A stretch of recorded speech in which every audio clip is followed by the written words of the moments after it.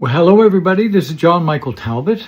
I am the spiritual father and the founder of the Brothers and Sisters of Charity at Little Portion Hermitage and Monastery here outside of Berryville in Eureka Springs, Arkansas.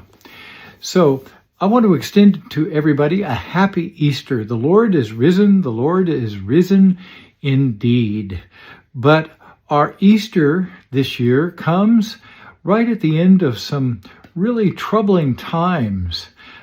People in the United States and around the world are troubled. They're troubled.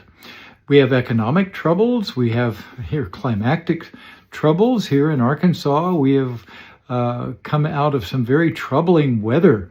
We've had floods and tornadoes all around us here at the Hermitage. We were really blessed in that we only had flooding here at Little Portion Hermitage and Monastery. But the resurrection that we celebrate this year comes on the heels of some really struggles that we have gone through here at the Hermitage, and I know you have gone through as well. So we want to acknowledge that. And indeed, the Easter that we celebrate comes after what? Holy Saturday, which is very silent, after Jesus is laid in the grave, and Good Friday, where he is crucified, and Holy Thursday, where he institutes the Lord's Supper, the Eucharist, and where he goes out into the Garden of Gethsemane and he sweats drops of blood because he is in such agony about what he is going to face on the cross. When he is resurrected, the resurrection accounts are indeed very conflicted, as it were. Why is that?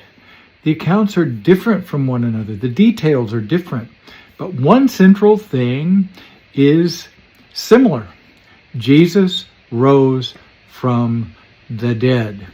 So the specifics around them, some of them seem different.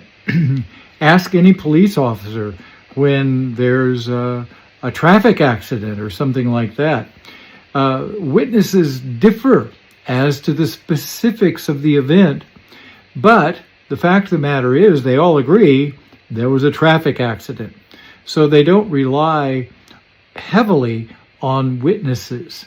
They rely mainly on forensic evidence. And the same thing is true with the resurrection. They were wild with excitement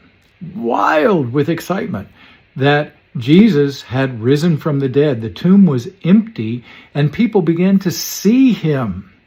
The other thing is when they saw him, he could look like himself or he could look like the gardener. He had physicality, but at the same time, he had non-physicality. He could invite, doubting Thomas, put your fingers into the wounds where I was nailed to the cross. But he could appear in a room without coming through the door. So he had supernatural aspects to his resurrected person. And that gives us great hope, about where we are going. And this was before he had even ascended. When he ascended and was glorified in heaven, that even became something else, because the New Jerusalem, when it comes down from heaven, it has streets of gold, but they are like transparent glass. St. Paul says, eye is not seen, ear is not heard, nor is it even dawned on us what awaits us in heaven. So it's like and unlike anything we have ever even imagined. Jesus gives us a foretaste of this. So here, as we face our hard times, and we must remember that the resurrection gives us hope. The resurrection gives us hope, even here on earth. Even here on earth. And the resurrection will surprise us, because God will give us new birth, resurrection. We can be born again in ways beyond what we can even expect or imagine. So hang on to the resurrection. It was the central message of the early Christians. And remember, all things are possible with God.